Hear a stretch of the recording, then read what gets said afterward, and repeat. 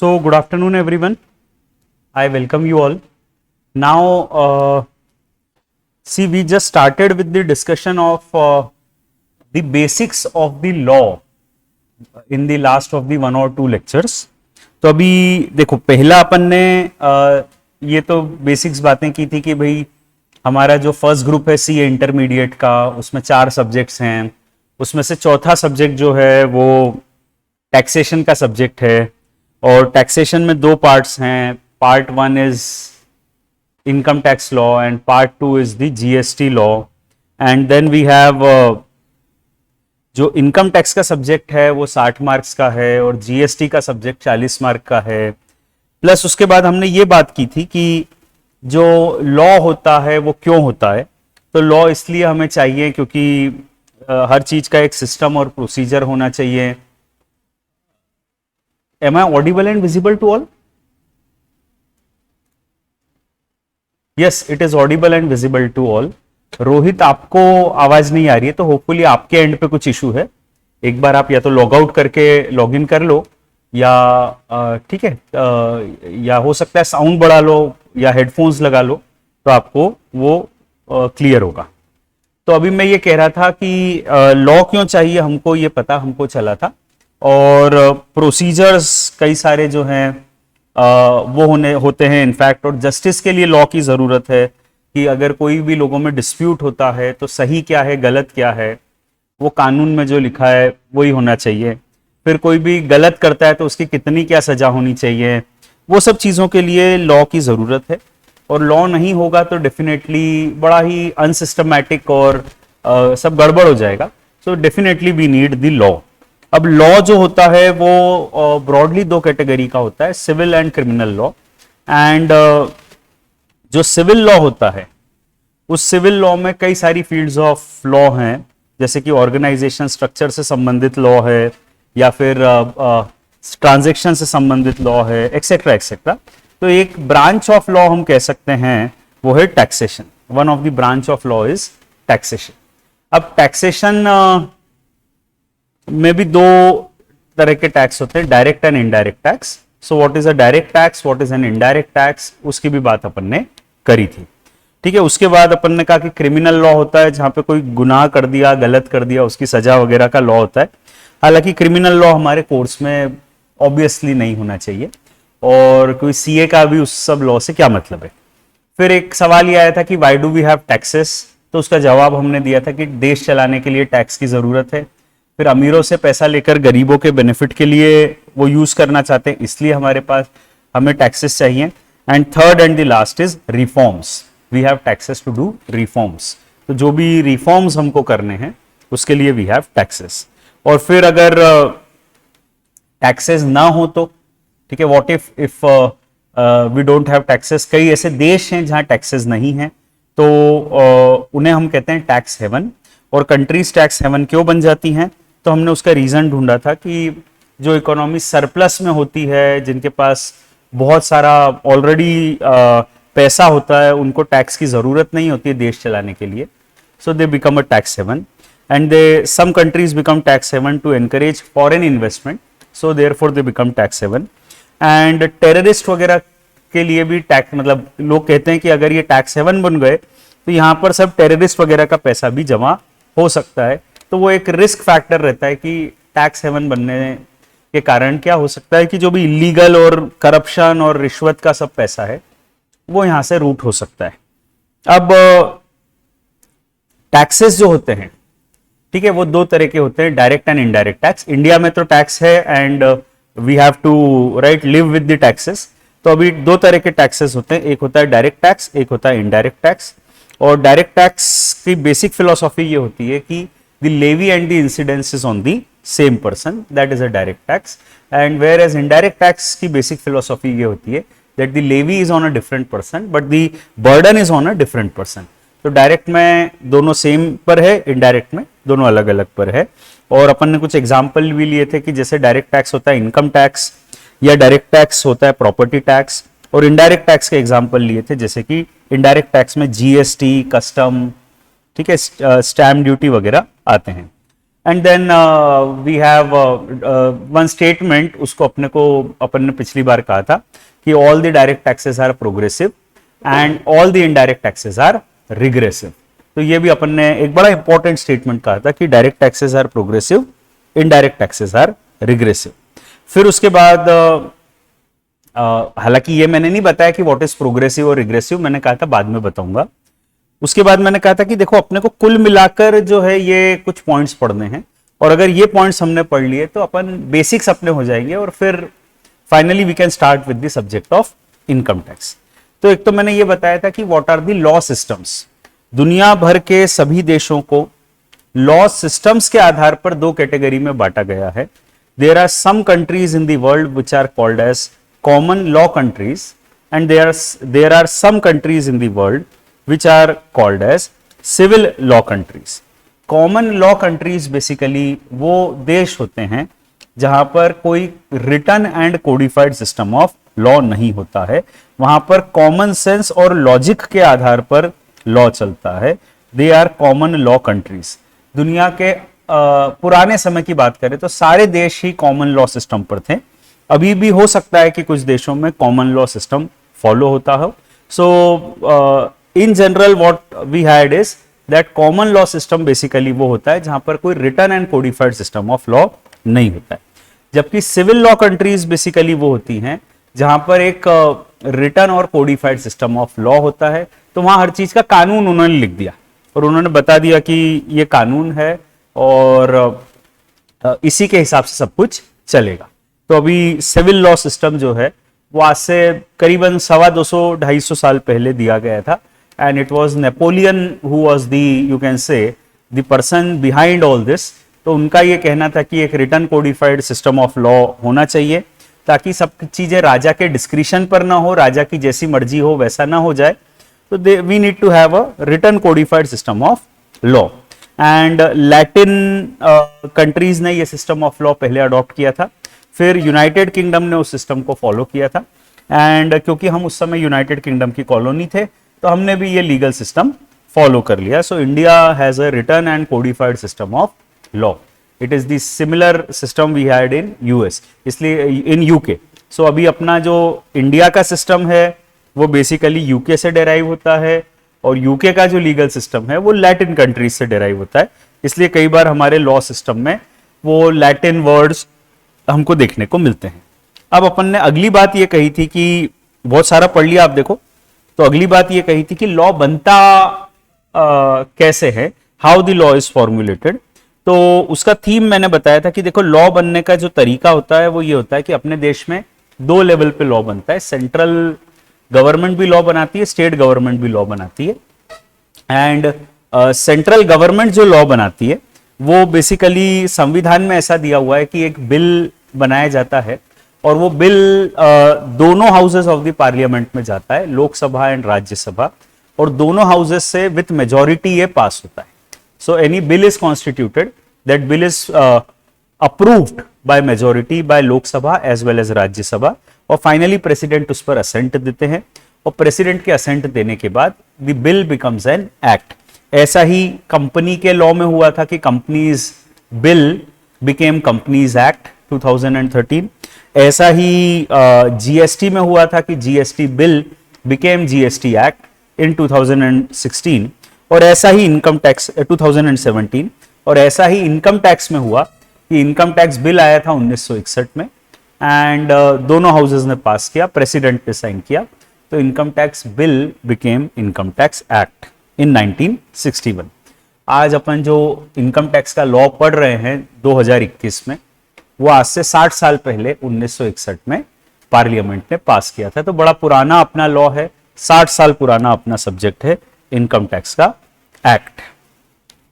अब अगला सवाल मैंने कल पूछ लिया था, और अगला सवाल यह था कि कौन कौन से सब्जेक्ट पर लॉ बनाया जा सकता है, क्योंकि ऐसा तो शायद नहीं हो सकता कि उनकी जो मर्जी आए उस सब सारे सब्जेक्ट पर लॉ बना दे, ठीक है। इट्स नॉट पॉसिबल कि सारे सब्जेक्ट जो उनकी इच्छा हो जाए उस पर लॉ बना दे। तो हमारा एक गोल्डन स्टेटमेंट कल ये था कि हमारा संविधान हर चीज का जवाब देता है। ये अपना कल बेसिक स्टेटमेंट था हर जगह के लिए कि संविधान एक ऐसा डॉक्यूमेंट लिखा गया जिसमें उन्होंने कोशिश की कि सभी सवालों का वो जवाब दे सकें। तो संविधान में उन्होंने बेसिकली ये कोशिश की बताने की कि कौन कौन से सब्जेक्ट पर लॉ बनाया जा सकता है। एंड हमारे कॉन्स्टिट्यूशन ऑफ इंडिया में देयर इज एन आर्टिकल, जैसे एक्ट में सेक्शंस होते हैं ऐसे कॉन्स्टिट्यूशन ऑफ इंडिया में होते हैं आर्टिकल्स।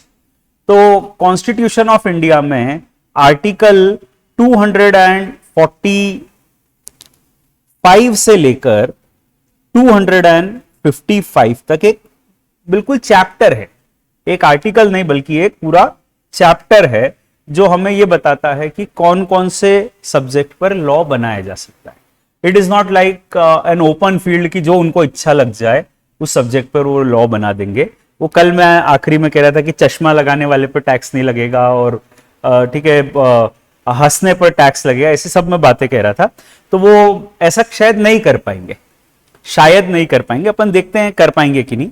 आर्टिकल 245 से आर्टिकल 255 इसके अंतर्गत उन्होंने बताया है कि वो कौन कौन से सब्जेक्ट हैं जिन पर लॉ बनाया जा सकता है। ठीक है, व्हाट आर दी सब्जेक्ट्स। उन्होंने ये बेसिकली कहा है, आर्टिकल 246 इसका पायोनियर आर्टिकल है इस पूरे चैप्टर का, और उन्होंने ये कहा है कि बेसिकली उन सब्जेक्ट पर लॉ बनाया जा सकता है जो कॉन्स्टिट्यूशन के 7th शेड्यूल में दिए गए। तो constitution of India, constitution of India में उन्होंने बेसिकली कह दिया कि भाई पीछे जो लिखा है उसमें जो भी सब्जेक्ट दिए उस पर लॉ बनाया जा सकता है। जैसे एक्ट के पीछे होते हैं शेड्यूल्स, कभी आपने पढ़ा हो सकता है कि शेड्यूल होते हैं एक्ट के पीछे, जैसे हो सकता है एलएलपी एक्ट में आपने पढ़ा हो कि वो जो डीड होती है, ठीक है, ड्राफ्ट एग्रीमेंट, वो शेड्यूल में जाता है, फर्स्ट शेड्यूल या सेकंड शेड्यूल के हिसाब से रहता है। सो लाइकवाइज हमारे एक्ट्स में जैसे शेड्यूल होते हैं ऐसे कॉन्स्टिट्यूशन में भी शेड्यूल होता है। कॉन्स्टिट्यूशन लिखा उन्होंने 300 साढ़े 300 आर्टिकल लिखे और उसके पीछे उन्होंने अनेक्जर लगा दिए जिसको वो लोग शेड्यूल कहते हैं। तो शेड्यूल उन्होंने दिए और वहां पर बहुत सारे शेड्यूल बने हुए हैं, शेड्यूल 1, शेड्यूल 2, शेड्यूल 3। तो उनमें से हम बात कर रहे हैं अभी 7th शेड्यूल की। उनका यह कहना है कि उन सब्जेक्ट्स पर लॉ बनाया जा सकता है जो 7th शेड्यूल में दिए गए। अब 7th शेड्यूल में कौन कौन से सब्जेक्ट दिए हैं, दैट इज अ क्वेश्चन। तो 7th शेड्यूल में उन्होंने 3 लिस्ट दी है। List 1 which is called as the union list, list 2 which is called as the state list, and list 3 which is called as the concurrent list। तो ऐसी 3 list the. I am not sure आपने ये पढ़ा है या नहीं, foundation में हो सकता है आपने ये पढ़ा हो क्योंकि लॉ तो आपने वहां भी पढ़ा, या इंटर में अभी आपने वो कंपनी लॉ वाला सब्जेक्ट चालू कर दिया, company law and other laws वाला, तो हो सकता है उसमें अभी आपको बताया हो, तो कोई हर्ज नहीं है। ये लिस्ट दी हुई है हमारे संविधान के 7th शेड्यूल में, और 7th शेड्यूल में उन्होंने बताया है कि कौन कौन से सब्जेक्ट पर लॉ बनाया जा सकता है। List 1, list 2, list 3। अब list 1 is basically the list जिसमें बताया है, जिसको हम कहते हैं यूनियन लिस्ट। इसमें बताया गया है कि कौन कौन से सब्जेक्ट पर सेंट्रल गवर्नमेंट लॉ बना सकती है। List 2 is the state list. इसमें बताया गया है कि कौन कौन से सब्जेक्ट पर स्टेट गवर्नमेंट लॉ बना सकती है। And list 3 is the concurrent list. इसमें बताया गया है ऐसे कुछ सब्जेक्ट जिन पर दोनों central and state government concurrently law बना सकती है, दोनों ही लॉ बना सकते हैं, that is called as the concurrent list. So there are basically 3 list which are given, the union list, the state list and the concurrent list. Union list में वो सब्जेक्ट आते हैं जिस पर सेंट्रल गवर्नमेंट लॉ बना सकती है, state list में वो सब्जेक्ट आते हैं जिस पर स्टेट गवर्नमेंट लॉ बना सकती है, और कॉन्करेंट लिस्ट में वो सब्जेक्ट आते हैं जिस पर दोनों state government as well as central government law बना सकते हैं। ठीक है, अभी अपना जो फोकस होना चाहिए पूरे सीए कोर्स में वो यूनियन लिस्ट पे होना चाहिए, क्योंकि अपने को तो वही वाले सब्जेक्ट पढ़ाए जा सकते हैं ना जो सेंट्रल गवर्नमेंट लॉ जिस पे बना सकती है, क्योंकि स्टेट गवर्नमेंट वाला सब्जेक्ट पढ़ा दोगे तो सवाल ये आएगा कि कौन से स्टेट का पढ़ाओगे, obviously that will be a problem. तो हमारे कोर्स में यूनियन लिस्ट वाले ही सब्जेक्ट आने चाहिए और वही हैं। तो जो आपने पार्टनरशिप एक्ट या सेल ऑफ गुड्स एक्ट या एलएलपी एक्ट जो भी पढ़ा है, they are all the subjects of union list, और आगे भी आप सिर्फ यूनियन लिस्ट के सब्जेक्ट ही पढ़ोगे। तो अब यूनियन लिस्ट में क्या है कि एक लिस्ट दी गई है, उसमें पॉइंट्स लिखे गए हैं 1 2 3 4, ऐसे बहुत सारे पॉइंट्स लिखे गए हैं। इन पॉइंट को हम लोग कहते हैं एंट्री। देखो, हर चीज का एक नॉमेनक्लेचर होता है, एक कहने का तरीका होता है। जैसे एक्ट में हम लोग कहते हैं सेक्शन, ठीक है, कॉन्स्टिट्यूशन में हम लोग कहते हैं आर्टिकल। तो आर्टिकल क्यों कहते हैं, उसका कोई रीजन नहीं है, वो उनका एक स्टैंडर्ड है कहने का, उनका एक नॉमेनक्लेचर। तो वी हैव आर्टिकल्स। अब आर्टिकल 245 से 255 में बताया है कि कौन कौन से सब्जेक्ट पर लॉ बनाया जा सकता है। तो आर्टिकल 246 कहता है कि उन सब्जेक्ट्स पर जो 7th शेड्यूल में दिए गए हैं। 7th शेड्यूल, अगेन शेड्यूल उनका एक नॉमेनक्लेचर है, अनेक्जर क्यों नहीं कहते हैं, कोई उसका रीजन नहीं है, उनका एक स्टैंडर्ड है कहने का, तो उनका शेड्यूल कहेंगे, और 7th नंबर का शेड्यूल की बात कर रहे हैं। अब शेड्यूल में फर्दर जो आएगा उसको लिस्ट कहते हैं वो लोग, उनका नॉमेनक्लेचर है। तो लिस्ट 1, लिस्ट 2, लिस्ट 3 है। अब लिस्ट 1 में बताई गई है बहुत सारी एंट्रीज, तो एंट्री क्यों कहेंगे उसको, सीरियल नंबर क्यों नहीं कहेंगे, ये उनका नॉमेनक्लेचर है और उनने का एंट्री कहेंगे। तो अभी एंट्रीज दी गई हैं और इसमें से एंट्री बहुत सारी है। एंट्री नंबर 81 से लेकर एंट्री नंबर 96 तक, ये सारी एंट्रीज रिलेट करती हैं टैक्स से, ठीक है। इसमें बहुत सारे सब्जेक्ट लिखे हैं, जैसे कंपनी लॉ आप पढ़ोगे तो कंपनी लॉ में आपका क्वेश्चन होना चाहिए कि हमारे संविधान में दिया हुआ है क्या कि कंपनी लॉ बनाया जा सकता है। कंपनी लॉ तो पढ़ तो लेंगे, पर पहला क्वेश्चन तो ये है कि कंपनी पे लॉ बन भी सकता है कि नहीं। अगर नहीं बन सकता है तो अपना सब्जेक्ट आज ही खत्म हो गया, कंपनी पे लॉ ही नहीं बन सकता, जो लॉ बना है वो अल्ट्रा वायरस है, so therefore the law itself is illegal. तो सवाल जरूर ये मन में होना चाहिए कभी भी कोई भी सब्जेक्ट पढ़ो कि इस पे लॉ बन भी सकता है कि नहीं, पार्टनरशिप पे लॉ बन भी सकता था कि नहीं, एलएलपी का कानून बन भी सकता था कि नहीं, बन सकता था। वो एंट्री नंबर 1 से 80 में सब लिखे हुए हैं सारे सब्जेक्ट। अब सवाल ये आता है कि टैक्स के कानून की एंट्रीज कौन सी हैं, तो वो एंट्री नंबर 81 से 96 तक दी हुई हैं, जिसमें भी कई सारे टैक्सेस के नाम लिखे हैं, जैसे कस्टम्स ड्यूटी, एक्साइज ड्यूटी, ठीक है, जीएसटी, ऐसी बहुत सारे टैक्सेस के नाम लिखे हैं। और एक एंट्री इसमें आती है एंट्री नंबर 82। इस एंट्री में नाम लिखा है इनकम टैक्स का। उन्होंने कहा कि सेंट्रल गवर्नमेंट को पावर है कि वो लगा सकती है tax on income. Central government can levy tax on income except agricultural income. तो सेंट्रल गवर्नमेंट सारी इनकम पे टैक्स लगा सकती है एक्सेप्ट एग्रीकल्चरल इनकम। ऐसा कहां लिखा है, ऐसा एंट्री नंबर 82 में लिखा है, tax on income except agricultural income. तो आप बोलोगे अच्छा, तो सेंट्रल गवर्नमेंट को पावर है और एग्रीकल्चर इनकम को छोड़ के वो सब इनकम पे टैक्स लगा सकते हैं, तो कोई भी इनकम पे वो टैक्स लगा सकते हैं। यस, उनको पावर है, संविधान में दिया है, पर एग्रीकल्चर इनकम पे वो टैक्स नहीं लगा सकते। तो आप बोलोगे अच्छा, तो एग्रीकल्चर इनकम पे टैक्स ही नहीं लगेगा क्या? मेरा कहना है कि नहीं, ऐसा नहीं है। देखो, सेंट्रल लिस्ट में सेंट्रल गवर्नमेंट को जो पावर दी हुई है उसमें they can not tax agricultural income, पर स्टेट लिस्ट भी बनाई है उन्होंने, स्टेट लिस्ट, और स्टेट लिस्ट में भी एंट्रीज हैं। उनमें से एक एंट्री है जिसमें उन्होंने कहा है कि स्टेट गवर्नमेंट एग्रीकल्चरल इनकम को टैक्स कर सकती है। स्टेट गवर्नमेंट अगर चाहे तो एग्रीकल्चर इनकम को टैक्स कर सकती है। तो that is what is the state government, they have the power, they can tax the agricultural income.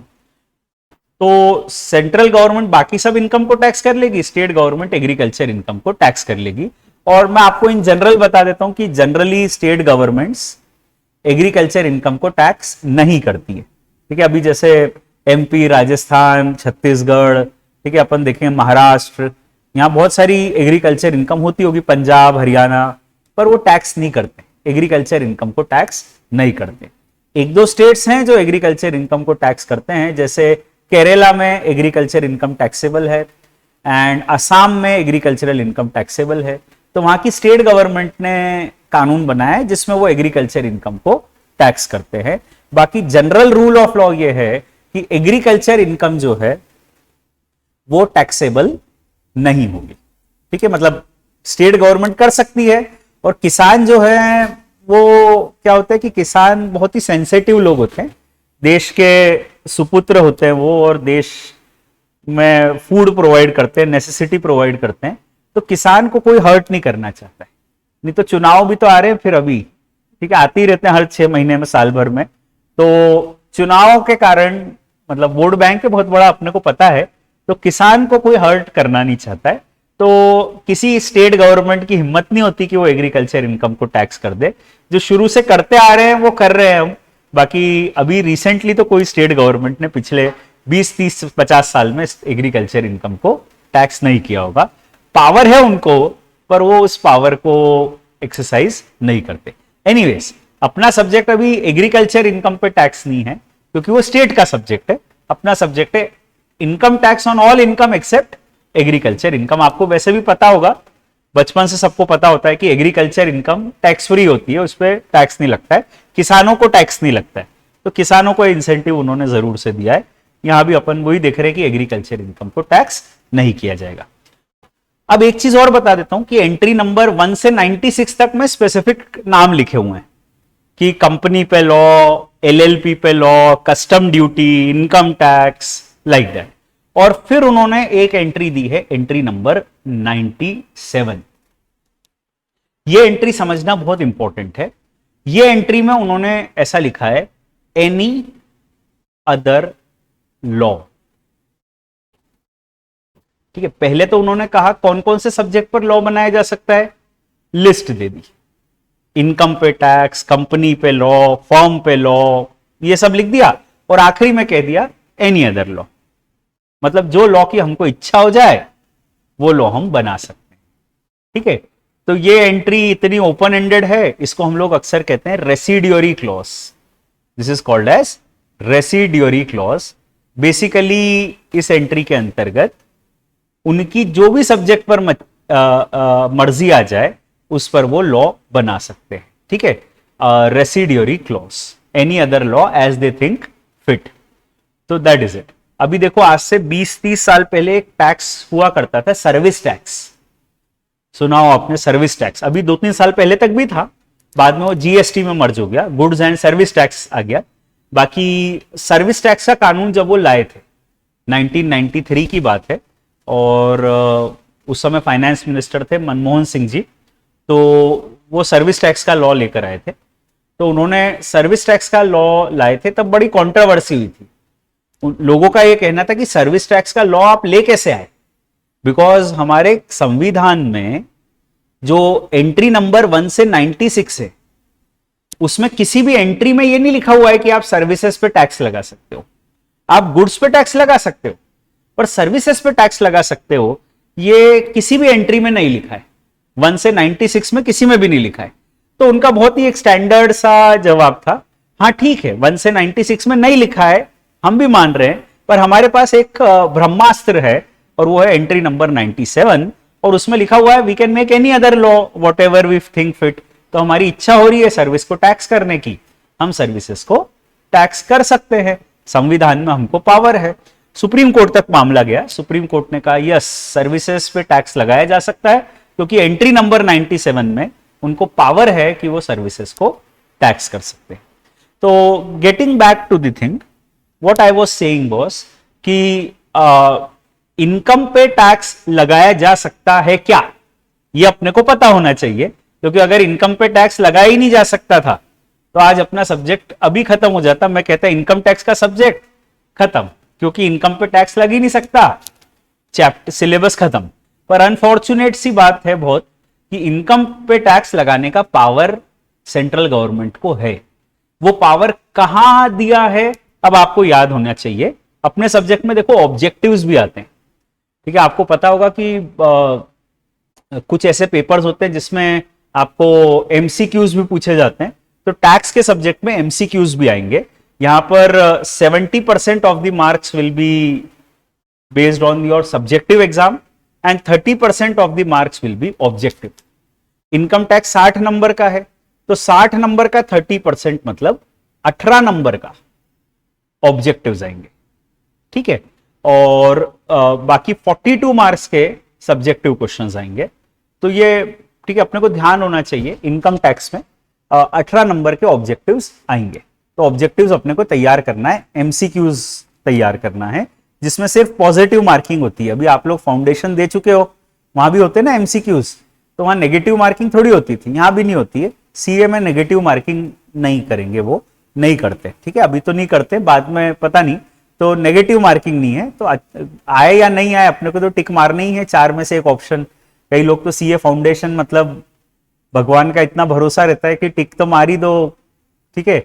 Theory of probability पे 4 में से तो एक सही हो ही जाएगा,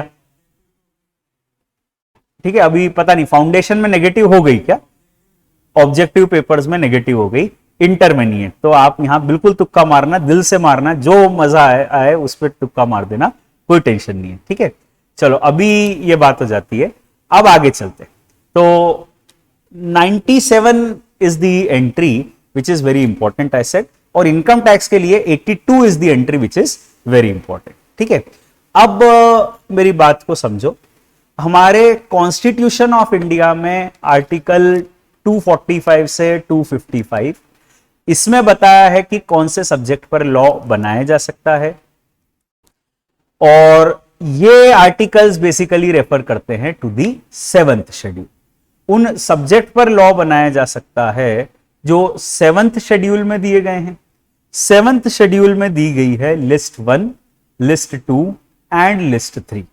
लिस्ट 1 में वो सारे सब्जेक्ट्स हैं, उन सब्जेक्ट की बात कही गई है जिसपे सेंट्रल गवर्नमेंट लॉ बना सकती है, यूनियन लिस्ट कहते हैं उसको। लिस्ट 2 में वो सारे सब्जेक्ट हैं जो स्टेट लिस्ट कहलाती है, जिस पर स्टेट गवर्नमेंट लॉ बना सकती है। और list 3 is a concurrent list, जिसपे दोनों central and state government law बनाते हैं। And then finally union list में देयर आर एंट्रीज। एंट्री 1 से 96 तक स्पेसिफिक एंट्रीज हैं, and entry 97 is a residuary clause. तो 82 नंबर की जो एंट्री है बड़ी इंपॉर्टेंट है, और इसमें लिखा हुआ है कि सेंट्रल गवर्नमेंट को levy a tax on income except agricultural income. Agriculture income छोड़कर बाकी सभी इनकम पर वो टैक्स लगा सकते हैं। That is entry number 82। तो ये अपन ने पढ़ लिया। अब हमको ये तो क्लियर हो गया कि भारत की सरकार इनकम की ऊपर टैक्स लगा सकती है, ऐसा कॉन्स्टिट्यूशन ऑफ इंडिया में दिया है। क्योंकि कॉन्स्टिट्यूशन ऑफ इंडिया में पावर था कि वो इनकम पर टैक्स लगा सकते हैं, तो हमारे यहां पर उन्होंने 1961 में इनकम टैक्स का बिल पार्लियामेंट में प्रस्तुत किया। वो बिल दोनों हाउसेस से पास हुआ, और दोनों हाउसेस से पास होने के बाद income tax bill became income tax act 1961 में, ठीक है। जब इनकम टैक्स एक्ट 1961 में लिखा था, हमको ताजा ताजा आजादी मिली ही थी, और ठीक है, आजादी के बाद हमको लगा अपना खुद का इनकम टैक्स होना चाहिए। उन्होंने इनकम टैक्स का कानून लिखा जिसमें 298 सेक्शंस लिखे, सेक्शन 1 से लेकर सेक्शन 298 लिखे, ठीक है। तो अभी ये सेक्शंस लिखे गए, इनकम टैक्स में 298 सेक्शंस है, that is what I want to say. पर देखो समय के साथ क्या हुआ कि इकोनॉमिक सिनेरियो चेंज हो गया। टैक्स का एक ऐसा सब्जेक्ट है जो इकोनॉमी से बहुत लिंक्ड होता है। जैसे मैंने आपको बताया कि टैक्स रिफॉर्म्स के लिए भी होता है, तो कई सारे रिफॉर्म्स जो उनको करने होते हैं उसके लिए वो टैक्स का लॉ इंट्रोड्यूस करते हैं। तो जब टैक्स का लॉ लिखा गया तो समय समय पर उसको चेंज भी करना पड़ा, कई इंसेंटिव्स देने के लिए, कई बार रेट ऑफ टैक्स कम ज्यादा करने के लिए समय समय पर उन्होंने इनकम टैक्स में अमेंडमेंट्स की। पिछले 60 साल में 6000 से ज्यादा बार अमेंडमेंट्स कर दिए। ये बहुत ज्यादा अमेंडमेंट्स आते टैक्स में, बहुत, क्योंकि टैक्स का सब्जेक्ट ऐसा ही है कि समय समय पर कोई भी इकोनॉमिक चेंज के साथ उनको टैक्स के लॉ में भी चेंज करना पड़ता है। So they introduce more than 6000 amendments in the income tax act over 60 years. तो जो ओरिजिनल इनकम टैक्स एक्ट था 1961 में जो पास किया था वो तो कहीं रह गया, अब तो अलग ही इनकम टैक्स चल रहा है अपना। और अभी देखो क्या हुआ प्रॉब्लम कि मान लो एक सेक्शन है 80 और एक है 81, अब इन दोनों के बीच में एक नया सेक्शन इंट्रोड्यूस करना था उनको, तो क्या करेंगे? तो आई डोंट नो, आपको पता ही होगा, ऐसा वो करते हैं 80A, ठीक है। फिर अभी एक और सेक्शन डालना है तो क्या करें? 80B, 80C, 80D, 80E, 80F, फिर क्या करें? 80Z तक आ गए, अब क्या करें? तो 80ZA, 80ZB, ZC, ZD, ZE, ZZ तक आ गए। फिर ZZ के बाद ZZA, ZZB, ZZC, ठीक है, बहुत सारे सेक्शन वो डालते गए, नए नए सेक्शंस इंट्रोड्यूस करते गए। अब थोड़े दिनों बाद उनको याद आया कि नहीं, COD के बीच में एक सेक्शन डालना है, यही सही जगह, यहां पे सेक्शन डालना है, तो क्या करें? कोई बात नहीं, 80CA, CB, CC, CD, CE ऐसे डालते गए। फिर क्या करें? फिर CC और CD के बीच में डालना था, तो CCA, CCB, CCC, CCD, CCE, फिर यहां डालना है CCC के बाद तो CCCA, CCCB, है ना। ये मतलब आपको लग सकता है कि ये मजाक चल रहा है, पर ऐसे उन्होंने सेक्शंस इंट्रोड्यूस किए।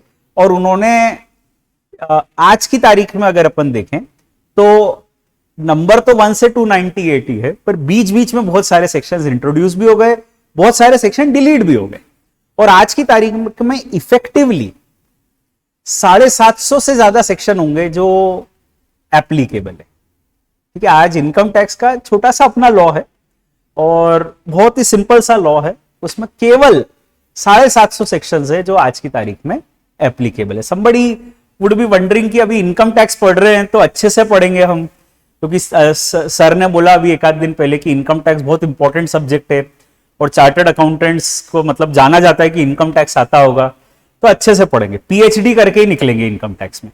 तो आप समझ लो कि इनकम टैक्स में अगर आपको PhD करनी है तो क्या पढ़ना है। तो I am just trying to tell you कि देखो इनकम टैक्स में एक तो 750 सेक्शन है जो आज एप्लीकेबल है, ये तो पहली चीज होती है। फिर दूसरी चीज, इनकम टैक्स एक्ट में तो उन्होंने 750 सेक्शन दे दिए। अब क्या हुआ कि इन 750 सेक्शन में सब कुछ लिख पाना संभव नहीं हो पा रहा था। बहुत सारी ऐसी बातें हैं जो इनकम टैक्स एक्ट में वो नहीं लिख पा रहे थे। तो अब क्योंकि वो इनकम टैक्स एक्ट में बहुत सारी चीजें नहीं लिख पा रहे थे, तो उनको लगा कि हमें क्या करना चाहिए कि हमें लॉ को डेलीगेट कर देना चाहिए। लॉ बनाने का पावर पार्लियामेंट को है, तो पार्लियामेंट से लॉ बनेगा, उसको चेंज भी करना है तो पार्लियामेंट ही कर सकती है।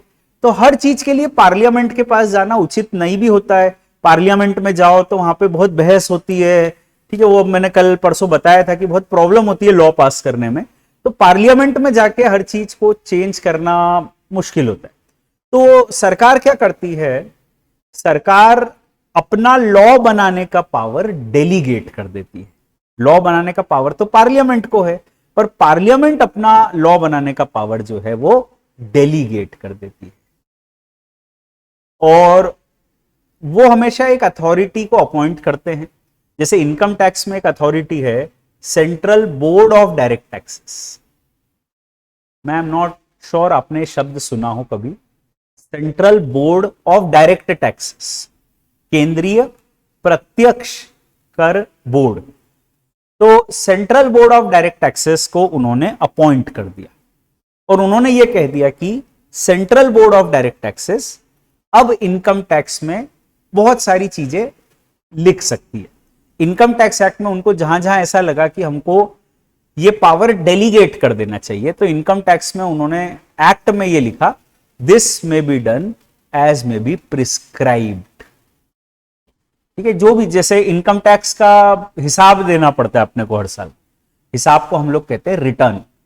तो इनकम टैक्स का हिसाब जो देना है, रिटर्न भरना है, वो किस तारीख तक भरना है, या रिटर्न भरने का एक प्रॉपर फॉर्म होना चाहिए कि इस फॉर्म में रिटर्न भरना है, तो फॉर्म जो है वो कौन सा होना चाहिए। तो वो इनकम टैक्स एक्ट में लिखना मुश्किल है, क्योंकि उस फॉर्म को चेंज करना है तो फिर पार्लियामेंट से जाके चेंज करो। तो उन्होंने क्या किया कि इनकम टैक्स का रिटर्न किस फॉर्म में जाना चाहिए, उसके लिए एक शब्द लिख दिया, the return will be filed in the form prescribed. ठीक है, प्रिस्क्राइब्ड। और उन्होंने इनकम टैक्स में सीबीडीटी ने एक और चीज की, वो किया कि उन्होंने रूल्स बनाए। प्रिस्क्राइब्ड कहां किया जाएगा ये सब, तो it will be prescribed under the rules. तो इनकम टैक्स रूल्स लिखे गए 1962 में। 1961 में इनकम टैक्स का एक्ट आया और 1962 में इनकम टैक्स के रूल्स आए। So income tax rules were written in 1962।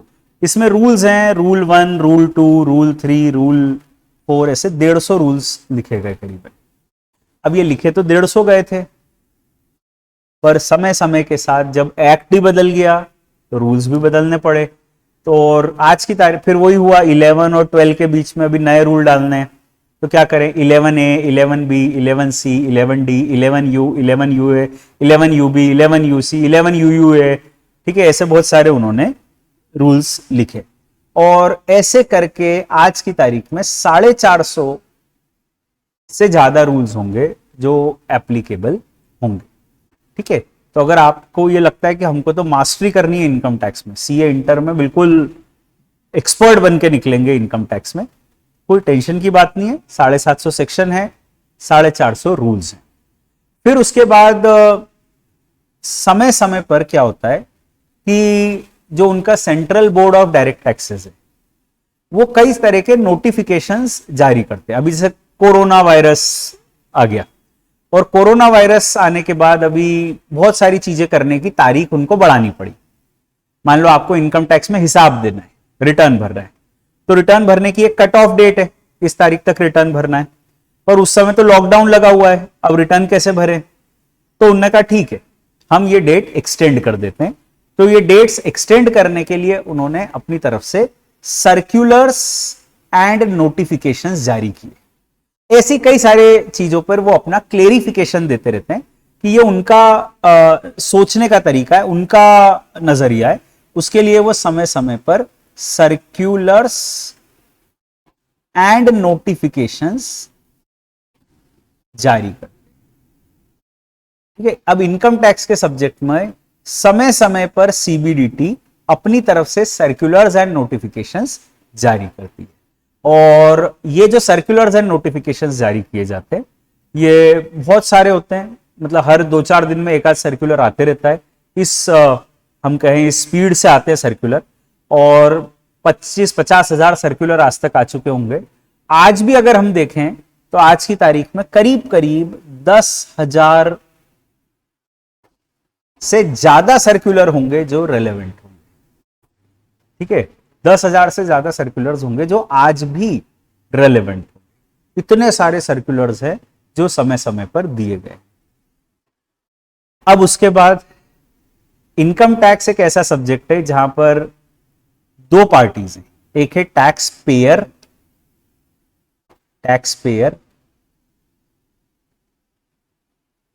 ठीक है, टैक्स पेयर को हम लोग कहते हैं असेसी, करदाता। टैक्स की भाषा में करदाता को नाम दिया जाता है असेसी। असेसी शब्द को और डिटेल में समझाऊंगा मैं। तो एक होता है टैक्स पेयर और एक होता है टैक्स कलेक्टर, जो टैक्स लेना चाह रहे। ठीक है, सरकार या इनकम टैक्स डिपार्टमेंट जिनको देश चलाने के लिए पैसे की जरूरत है, तो वो टैक्स कलेक्टर हैं। और टैक्स पेयर मतलब हम सब जो पैसा कमा रहे हैं वो। तो टैक्स पेयर हमेशा यही चाहता है कि उसको कम से कम टैक्स लगे। वो तो यही चाहेगा ना, मेरे को कम टैक्स लगे, इतना टैक्स लगता है। टैक्स पेयर हमेशा यही चाहता है कि मेरे को कम से कम टैक्स लगे। और टैक्स कलेक्टर हमेशा यही चाहता है कि उसको ज्यादा से ज्यादा टैक्स मिले। ठीक है, वो तो ये चाहेगा कि भैया यहां भी टैक्स है, तुमने चोरी की टैक्स की, कोई के यहाँ पहुंच जाएगा छापा मारते हुए कि इनने टैक्स की चोरी की। अब उसके यहाँ कुछ भी, गाड़ी के नंबर को भी बोलेगा इनकम है तुम्हारी, मोबाइल नंबर को भी इनकम बोल सकता है कि यही तुम्हारी इनकम है भैया और टैक्स दो, क्योंकि उसको ज्यादा से ज्यादा टैक्स चाहिए। टैक्स कलेक्टर फिर समझे, टैक्स पेयर समझाएगा कि साहब ये तो मेरा मोबाइल नंबर है, मैंने एक कागज पे अगर ये नंबर लिख रखा है तो ये कोई मेरी इनकम थोड़ी है, ये तो मेरा ठीक है मोबाइल नंबर है। तो this is what happens and the point is tax collector और टैक्स पेयर के ऑब्जेक्टिव में बहुत अंतर है। Taxpayer wants to pay less, tax collector wants to collect more. तो अब क्या होता है कि इनके बीच में बहुत डिस्प्यूट्स होते हैं। टैक्स कलेक्टर हमेशा जाके कह देगा कि नहीं नहीं तुमको तो इतना टैक्स बनेगा, और टैक्स पेयर फिर लड़ेगा और ठीक है कोर्ट में जाएगा। लड़ेगा मतलब कहां जाएगा, ऐसा थोड़ी इनकम टैक्स जाके लड़ाई करेगा, तो वो जाकर कोर्ट में केस के लड़ेगा कि साहब इनने मेरे पे जबरदस्ती टैक्स लगा दिया, मेरे इतनी इनकम ही नहीं है। एंड दोनों में डिस्प्यूट होगा, हो सकता है मामला हाई कोर्ट तक जाए, सुप्रीम कोर्ट तक पहुंच जाए। तो काफी झगड़े के बाद फाइनली सुप्रीम कोर्ट या हाई कोर्ट के फैसले आएंगे, सुप्रीम कोर्ट हाई कोर्ट के जजमेंट्स आएंगे। अब ये जो सुप्रीम कोर्ट हाई कोर्ट के फैसले आते हैं, ठीक है, मान लो किसी एक के केस में सुप्रीम कोर्ट हाई कोर्ट का फैसला आ गया, ये जो सुप्रीम कोर्ट हाई कोर्ट के फैसले आते हैं ये देश का कानून बन जाते हैं। उन्होंने एक व्यक्ति के केस में अगर कोई जजमेंट दिया, कोई प्रिंसिपल दिया कि ऐसा ऐसा होगा, तो प्रिंसिपल बाकी सभी केस में भी लगेगा। ऐसा थोड़ी होगा कि एक केस में सुप्रीम कोर्ट कुछ कर दे, दूसरे केस में कुछ कर दे। तो whatever principle they will give, that principle will be binding on all. वो सबके ऊपर बात दिया है, सबको वो मानना पड़ेगा, वही देश का कानून बन जाएगा, अपन कह सकते हैं। क्योंकि सुप्रीम कोर्ट ने जो कह दिया वो फाइनल, वही एक तरीके से अब देश का कानून बन जाएगा। ऐसा हमारे संविधान में भी लिखा हुआ है। आर्टिकल 141 कहता है कि सुप्रीम कोर्ट का फैसला देश का कानून बन जाएगा। और ऐसा ही हाई कोर्ट के लिए भी उन्होंने कहा है कि हाई कोर्ट का जो फैसला है वो उस राज्य के लिए कानून बन जाएगा। जिस राज्य की हाई कोर्ट ने दिया वो उस राज्य के लिए कानून बन जाएगा। और सुप्रीम कोर्ट हाई कोर्ट के फैसले रोज आते रहते हैं, रोज ही मतलब कई सारे फैसले सुप्रीम कोर्ट हाई कोर्ट के आते रहते हैं, वो देश का कानून बन जाते हैं। उस पॉइंट पर अब वो प्रिंसिपल फाइनल हो गया। अगर हम देखें कि इनकम टैक्स के सब्जेक्ट में कितने सुप्रीम कोर्ट हाई कोर्ट के जजमेंट आए होंगे, तो लाखों जजमेंट्स आए हैं। आज भी अगर कोई कहे तो 5 लाख से 7 लाख ऐसे केसेस होंगे जो आज भी रेलेवेंट है, आज भी उनका रेलेवेंस है इन इनकम टैक्स। ठीक है, 5 लाख से 7 लाख ऐसे केसेस होंगे जिनको पढ़े बिना आपको इनकम टैक्स का सब्जेक्ट समझ नहीं आएगा। कि आप ये नहीं कह सकते मेरे को इनकम टैक्स आता है। तो 5 लाख 7 लाख केसेस ही हैं, बस वो भी पढ़ना चाहिए। ठीक है, अब ये समझो कि देखो कोई के मन में आ गया कि नहीं नहीं सीए इंटर कर रहे हैं, अच्छे से इनकम टैक्स पढ़ना है, क्या पढ़े? कोई बात नहीं है, 750 सेक्शन पढ़ लो। 750 सेक्शन मतलब करीब करीब 1000 पेज का कंटेंट होगा, तो 750 सेक्शन पढ़ लो। फिर उसके बाद रूल्स, इनकम टैक्स में रूल्स हैं तो 450 रूल्स हैं, पर रूल्स बड़े बड़े होते हैं, ज्यादा डिटेल्ड होते हैं, तो 1200-1500 पेज के रूल्स होंगे। फिर 10,000 सर्कुलर, एक सर्कुलर 1 पेज का भी मानो तो 10,000 पेज का ये कंटेंट हो गया सर्कुलर का। फिर केस लॉ, समय समय पर केस लॉ आते हैं, तो इनकम टैक्स में 5 से 7 लाख केसेस हैं, और मान लो एक केस 10 पेज का होता है, क्योंकि केस में कोर्ट का पूरा फैसला होता है, क्या हुआ, किसने क्या आर्ग्यू किया, किसका जज का सेक्शन को क्या पढ़ के उनको लगता है, वो सब चीजें लिखी रहती है। तो एक जजमेंट अगर 10 पेज का भी मान लो, तो 5 लाख केसेस भी मानो तो 50 लाख पेज का ये कंटेंट हो गया। बस ये है छोटा सा इनकम टैक्स। ठीक है, एक 50-51 लाख पेजेस का कंटेंट। अब किसी के मन में है कि हाँ इनकम टैक्स अपने को अच्छे से पढ़ना है, तो क्या पढ़ना चाहिए? Income tax act, income tax rules, circulars and notifications and case laws. ये पढ़ के फाइनली अपन जो है इनकम टैक्स सीख जाएंगे। अच्छा, क्या ये सब सीए इंटर में है क्या सर? ठीक है, इतना सब पढ़ना है क्या? तो ऑब्वियस आंसर है नो, इतना तो पढ़ ही नहीं सकते आप, कैसे पढ़ोगे, ऑब्वियस सी बात है, इतना तो पढ़ ही नहीं सकते। सीए इंटर में इतना नहीं है। सीए इंटर में मैं आपको बता देता हूं क्या है, 750 में से करीब करीब 100 सेक्शन है। रूल्स जो हैं वो 4-5 रूल्स हैं जो अपने कोर्स में हैं। सर्कुलर मुश्किल से 10 सर्कुलर होंगे, ज्यादा से ज्यादा 10 सर्कुलर होंगे। और केस लॉ जो है वो तो एक भी नहीं है सीए इंटर में। 2-4 केस में ऐसे ही अपनी तरफ से बता दूंगा, क्योंकि वो बात इनकम्प्लीट रह जाएगी जब तक वो केस लॉ नहीं पढ़ा जाए। तो 2-4 केस में अपनी तरफ से बता दूंगा, बाकी केस लॉ है ही नहीं। तो सीए इंटर में 100 सेक्शन है, 4 से 5 रूल्स हैं, सर्कुलर 10 एक रूल्स हैं, सर्कुलर्स होंगे, और केस लॉ नहीं है। तो अपन ये समझें कि अपन जो है वो इनकम टैक्स की नर्सरी में है। नर्सरी में जैसे आपको एबीसीडी सिखाई जाती थी, वैसे इनकम टैक्स की अपन अभी एबीसीडी सीख रहे हैं। तो अभी कोई पीएचडी करने का दिमाग मत बना लेना कि पीएचडी अपन कर लेंगे इनकम टैक्स में और सब कुछ सीख लेंगे, क्योंकि सब कुछ तो सीख ही नहीं सकते। सीए इंटर में तो बस इतना सा है, 100 सेक्शन है बेसिकली, बाकी तो उसी के सपोर्ट में चीजें। अच्छा, सीए इंटर में सर 100 सेक्शन है और ये सब है, तो मतलब ये सीए फाइनल में होगा, क्योंकि सीए बनेंगे तो फिर तो सीए तो कंप्लीट होता है ना, तो अभी ठीक है कंप्लीट अकाउंटेंट होंगे अपन, तो सब कुछ सीख के निकलेंगे अपन तो देंगे। देखो फिर ऐसा नहीं है, सीए फाइनल में भी अगर होगा तो फिर 20 साल बाद इसकी एग्जाम लेनी पड़ेगी, और 20 साल में तो और भी बहुत सारे केसेस और अमेंडमेंट आ जाएंगे। तो ऑब्वियसली ये इतना तो पढ़ ही नहीं सकते आप, ठीक है। तो सीए फाइनल में क्या है, देखो 750 सेक्शन है, हाँ वो है, ठीक है, वो तो आपको पढ़ने ही पड़ेंगे। 10 से 15 रूल्स रहेंगे, उसके अलावा 100 के करीबन सर्कुलर हो जाएंगे, और उसके अलावा 500 के करीबन केस लॉ हो जाएंगे, बस दैट्स इट। कंटेंट बहुत ज्यादा हो जाएगा, पर फिर भी पूरी चीज को देखो तो कुछ भी नहीं है। 5 लाख केस में से मैं कह रहा हूं 500 केस ही आपको पढ़ने, 10,000 सर्कुलर में से 100 सर्कुलर पढ़ने, 10 से 15 रूल्स पढ़ने, और सेक्शन सारे पढ़ने। सेक्शन तो इसलिए पढ़ लेना चाहिए तब पूरी बात आपको कवर हो जाए। तो ये सीए फाइनल का कोर्स हो जाएगा, ठीक है। तो सर सीए बन जाएंगे फिर भी पूरा इनकम टैक्स नहीं आएगा?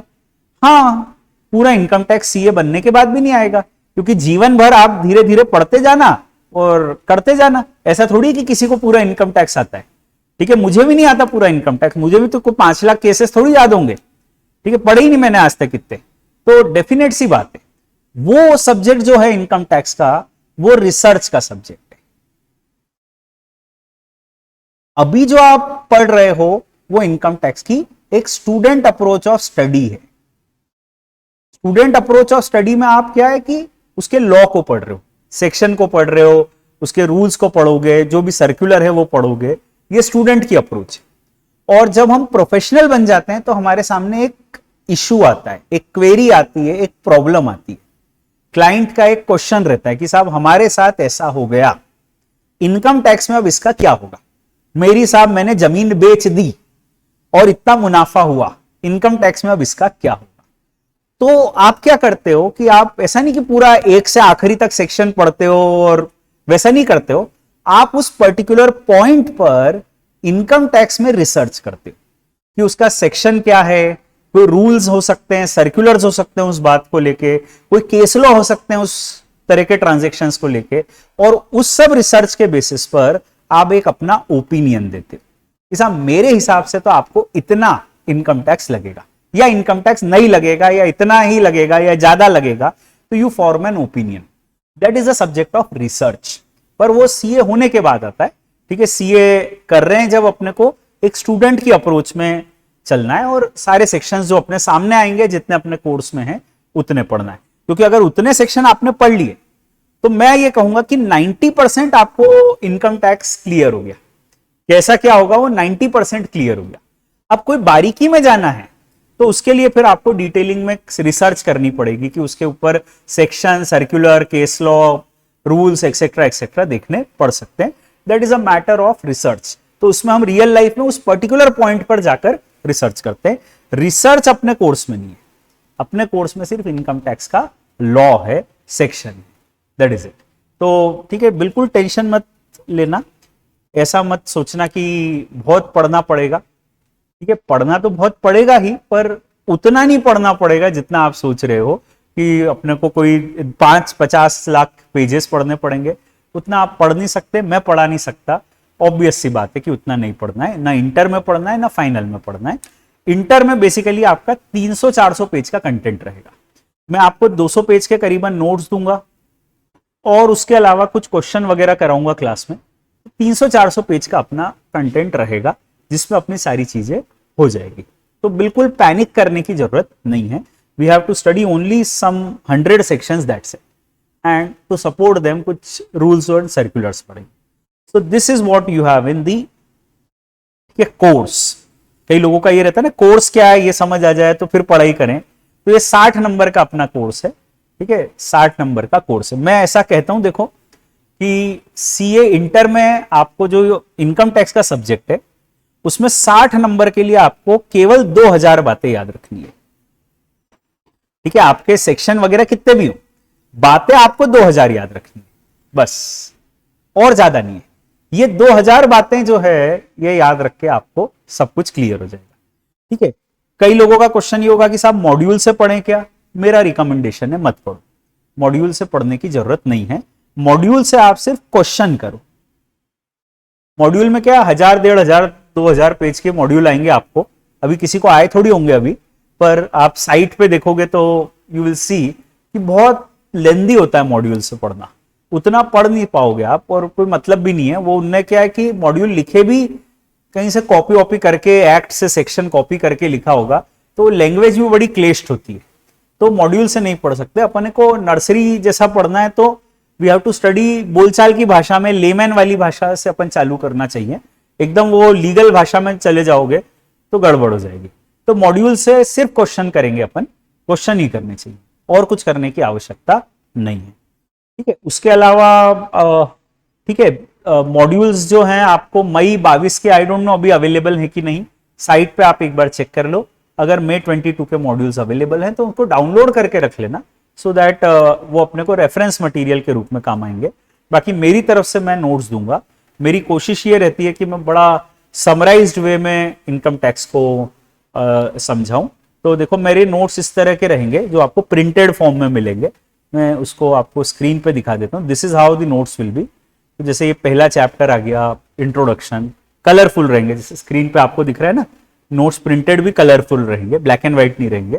तो इंट्रोडक्शन जैसे ये चैप्टर है, तो ये मैंने बताया कि कॉन्स्टिट्यूशन में पावर है कि एक्ट बन सकता है, इनकम टैक्स का act, schedule, case law rules, है ना, ये सब चीजें जो मैंने आपको बताई थोड़ा थोड़ा लिखा हुआ है। Central list, state list, concurrent list, entry 82, तो बेसिक्स हैं पर नोट्स में दिए हुए हैं, और ये भी मतलब रेफर किया जा सकता है। डेलीगेट कर सकते हैं वो पार्लियामेंट अपना पावर लेजिस्लेशन का। तो ये सब चीजें, डायरेक्ट टैक्स क्या होता है, इनडायरेक्ट टैक्स क्या होता है, ठीक है, प्रोग्रेसिव रिग्रेसिव आगे समझा है। तो ऐसे कुछ 194 पेज के ये नोट्स हैं और ये आपको दिए जाएंगे। So you can refer this for your studies. एक आखिरी चीज मैं आपको बस आज बता देता हूं एज अ क्लोजिंग रिमार्क, कि मैंने देखो ये जो आपको पढ़ाया ये कहलाता है source of law. This is called as the source of income tax law. Module में एक छोटा सा टॉपिक दिया हुआ है और वो टॉपिक है what is the source of the income tax law. So the source of the income tax law is the income tax act, right? The source of the income tax law is the income tax act, income tax rules, circulars and notifications and case laws, ठीक है। और हर subject में कभी भी आपसे ये पूछा जाए what is the source of the law, तो आपका यही आंसर होगा। जैसे कभी आपसे पूछा जाए what is the source of the company law, companies act आप पढ़ोगे और किसी ने पूछ लिया what is the source of the company law, तो the answer will be there is a companies act 2013। Companies act में भी ऐसे ही होगा कि उन्होंने रूल्स बनाए होंगे, हर लॉ में रूल्स बनाते हैं, तो कंपनीज रूल्स, फिर उनके भी सर्कुलर्स एंड नोटिफिकेशंस आते होंगे। इनकम टैक्स में अथॉरिटी सीबीडीटी है, central board of direct taxes है, वहां पर अथॉरिटी होती है ministry of corporate affairs, MCA. तो वो रूल्स देते हैं, कभी आपने सुना हो ministry of company affairs, corporate affairs, तो वो सर्कुलर्स देते हैं, और कोर्ट के जजमेंट। ऐसे किसी ने पूछा जीएसटी का सोर्स ऑफ लॉ क्या है, तो वही GST act, GST rules, circulars and notifications and case law. Income tax में है central board of direct tax, वहां पर है central board of indirect tax and custom, तो उनका अथॉरिटी ये है। ठीक है, जो भी है मतलब अल्टीमेटली सोर्स ऑफ लॉ जो होता है वो होता है act, rule, circular and case law किसी भी सब्जेक्ट में। तो this is what I can say as a closing remark. कल अपन आगे और बढ़ेंगे और आगे की बात करेंगे कि जो लॉ है वो उसमें प्रोग्रेसिव और रिग्रेसिव क्या होता है और वर्टिकल एंड हॉरिजॉन्टल इक्विटी क्या होती है, ये कल पढ़ लेंगे। And finally with this we can start with the income tax thereafter. This is it. Thank you very much. That closes it right now. Thanks a lot.